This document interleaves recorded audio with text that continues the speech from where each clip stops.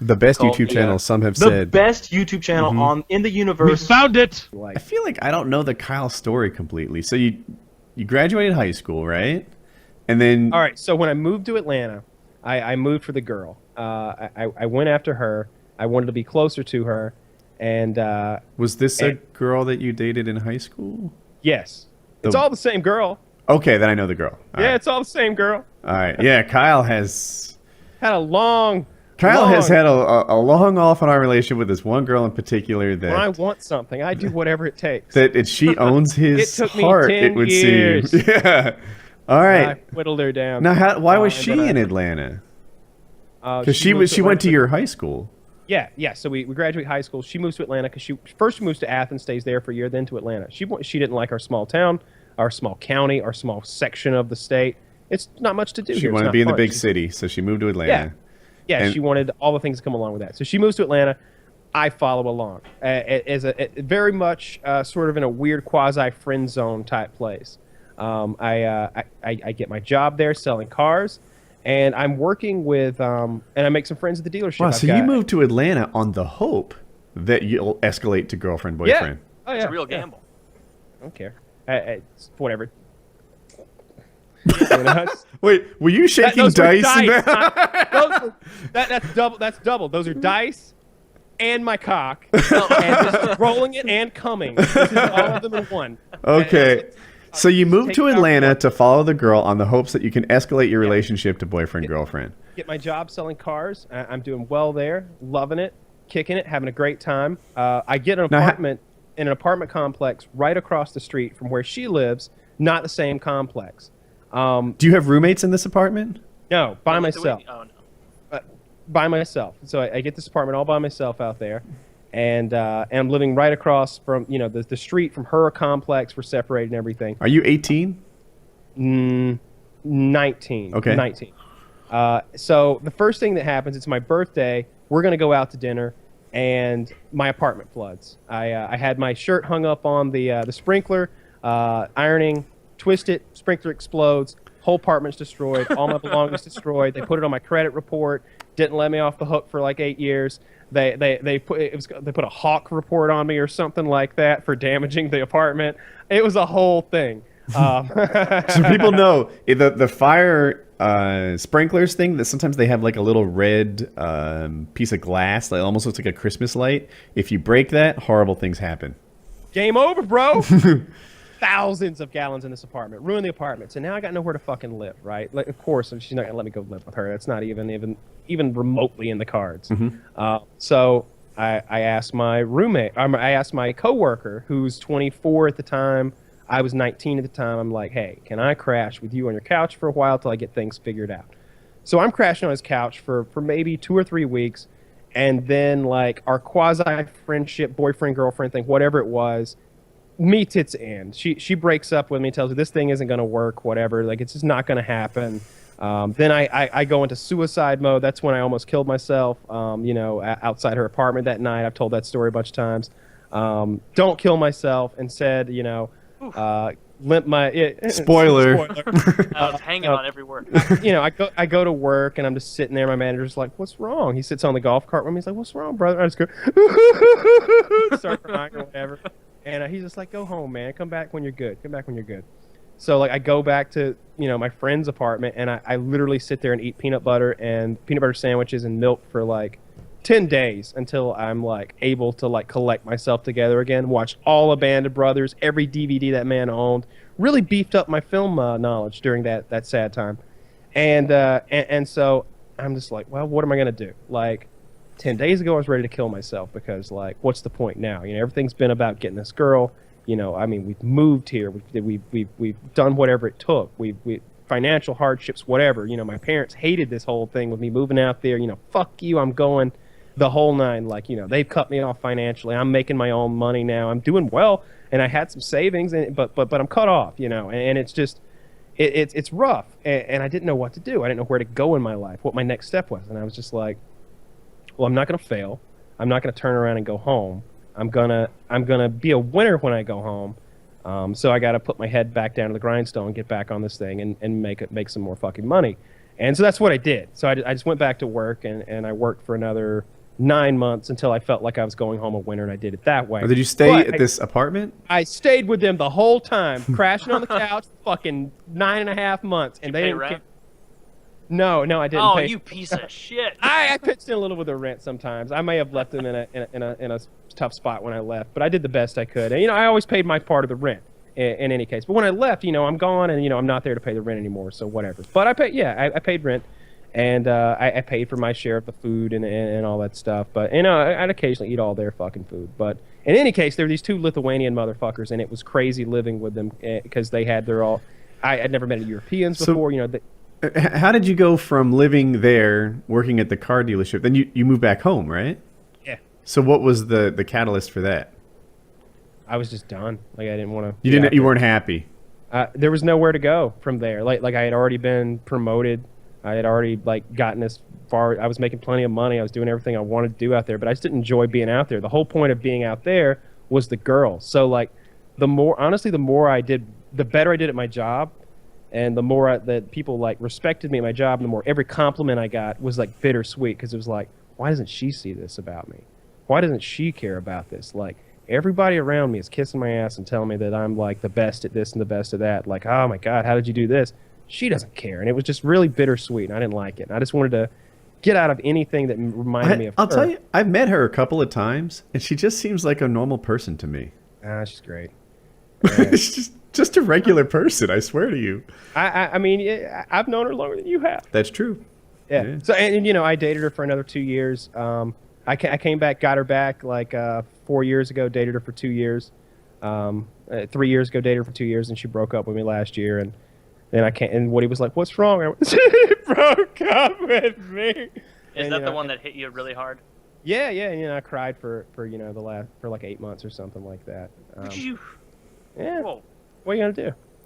That's cry for 8 months, Yeah, you cry for 8 months. I don't cry anymore. Not in public or anything like I used to. I get back home, get the cry blanket out, wrap it around my head, just sob. As you do, yeah. What else?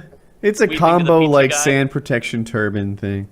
No, that really is a sad. That's not even a happy story. There's no happy ending to that No, one. that's That's just sad. kind of a sad chapter in my life where I feel like I wasn't good enough to be the me that I should have been, and I missed out on somebody who was really great. Were you going places and they were reminding you of her? You go into Fridays and be weeping. Oh, we used to get anytizers. Oh my God, 1,000 things like that. 1,000 things like that. Woody asked one time. I was telling Woody, I was like, we watched Game of Thrones together. And he's like, has this bitch ruined Game of Thrones for you? That'll be the last straw. And I'm just like, nah, I mean, Jon Snow's pretty sweet, dog, It's funny, because I'm Team Kyle on this thing, right? Whatever that I is. would hope so. Right. Well, it's a tricky thing to be sometimes, because it's, it'd be easy if Team Kyle was, you know what? Fuck her. Fuck her with a knife. A rusty one. Jagged. Screw that girl. I hate her. But that's not how he feels, right? Team Kyle is, it's actually, I don't know. I'm not great at this. Yeah. And I will, in So all. much worse than an angry breakup is a breakup where you're longing for it and thinking of all the possible ways you could have saved it. It'd be so much easier just to be I did my bitch, best to hold hate it together at the end too, and just to no avail. How long did you know that it was tumbling down? Was there quite a bit of play up? No. Well, I mean, I knew it wasn't going that well. There had been a couple of stumbling blocks, but I thought things were pretty cohesive. And then there was a week period where I did a couple stupid things. And then instead of going to fix it, I did some more stupid things. I feel like you're telling it wrong, and I don't want to give it anything away, so I'll allow you to. But I don't think it's what you did. I think it's what you didn't do. Someone might hear you did stupid things and think that you were unfaithful or that. Those kind of stupid things. Well, she had seen where I'd been communicating with this other girl through email. Shouldn't have been doing that, but it's the chick had been contacting me, and her butt was just so big, just so big. What are you gonna do? You're not going to not talk to her. It was just correspondence. It was just kind of well, what do you like to do? And I'm just like, well, what can I do to that big butt of yours? And it's just that kind of talk, And And she saw that on my computer and my email, and that really took things down a rough course. You didn't tell me about that. Can I say what you did tell me? I don't want to give anything away. I don't. Probably. I'm going to, because I don't think it's awful. Okay. She wanted more attention, and Kyle didn't give her the attention she wanted. Sure, that was part of it. Yeah. And by attention, it was just like we talk about the languages of love. And I feel like we were also hitting on different ones. Like, to me, a big one is like, like gifts and things that I might provide for you, and places I might take you, and things I might pay for. Like that's kind of how I show my love in a lot of ways. And I feel like she needed more. I don't know, more of one of the other ones. Not necessarily physical touch. Like words of affirmation is one. Quality time is one. I don't know. I don't want to dissect my pitiful relationship from last year. I've got a new girlfriend who's just absolutely gorgeous, best looking girl I've dated in quite a while, and I like her a lot, and that's where things are now. But yeah, I still feel bad about that whole thing. That was a real rough time. Both times every time, like, that girl has been responsible for like all of my biggest lows in my whole life. I think like at least she responsible for a lot of your highest highs. Yeah, that too. Like some of my fondest memories are like trips I went on with her, and like going to Six Flags with her when we were teenagers, and just like making out on her couch or something. And I feel like your current girlfriend is a better fit. Now, no girl's perfect, but like, and I'm cautious about all the things I say, but for example, the love of your ex, that's what I should call her. She didn't like hunting. She didn't like, I don't think she was particularly into guns. She didn't like some of the things. Like guns. She liked guns. It was okay. she was a vegetarian, and she didn't like aspects of. She didn't like when I used the pig as the target and stuff like that. That sort of thing. None of that stuff bothered me. Like I was fine. Those to me seem like some pretty core value system mismatches. No, I agreed with her in a lot of ways, like on that stuff. I really do. Like, I feel bad for those animals, and I had no problem eating what she ate. She had to be on a diet for medical reasons for a while, and it was virtually a vegan diet. And I mean, there would be it sounds weird to describe. I can't remember what it's called, but there was grilled chicken involved. That we would like. That was what we had to cheat with at the end, because there was like nothing else for her to eat. There was like 8 things. It was like quinoa and like pepper. Like, really, that's it. That's the only. But it was really only like a handful of things. But I didn't mind eating her very restrictive diet. Like, she was a great cook, and we'd cook. I don't want to get into this whole thing, but that was the same girl that I had the almost suicide with before. Hey, this time around I didn't think about killing myself, so there's that. Hey, that's great. By the third breakup, I won't even feel it's it. Funny. Right? He told me, he specifically said, like, I'm not suicidal. And in my head, I'm like, how'd that get on the table? Yeah. Why? Because last time, Last time I was like, well, let's just do this down here. And then I was like, but she'll find me. Or at least, the ambulance will be down here, and she'll ask her neighbor, what's this ambulance doing down here? And they'll say, oh, some guy shot himself in the parking deck last night. He's over there in that black Acura TL. And then I ruined her life. And I was like, well, I'll just suffer through my life so that hers will be a little easier. And that was literally what I did for a long time. And it's like admitting defeat to do that right then. I would have been happy to. I was defeated. I'd have been happy with defeat. I honestly kept living to make her life easier there for a long time. And think of the life that you would have skipped. Like, there's been some cool shit.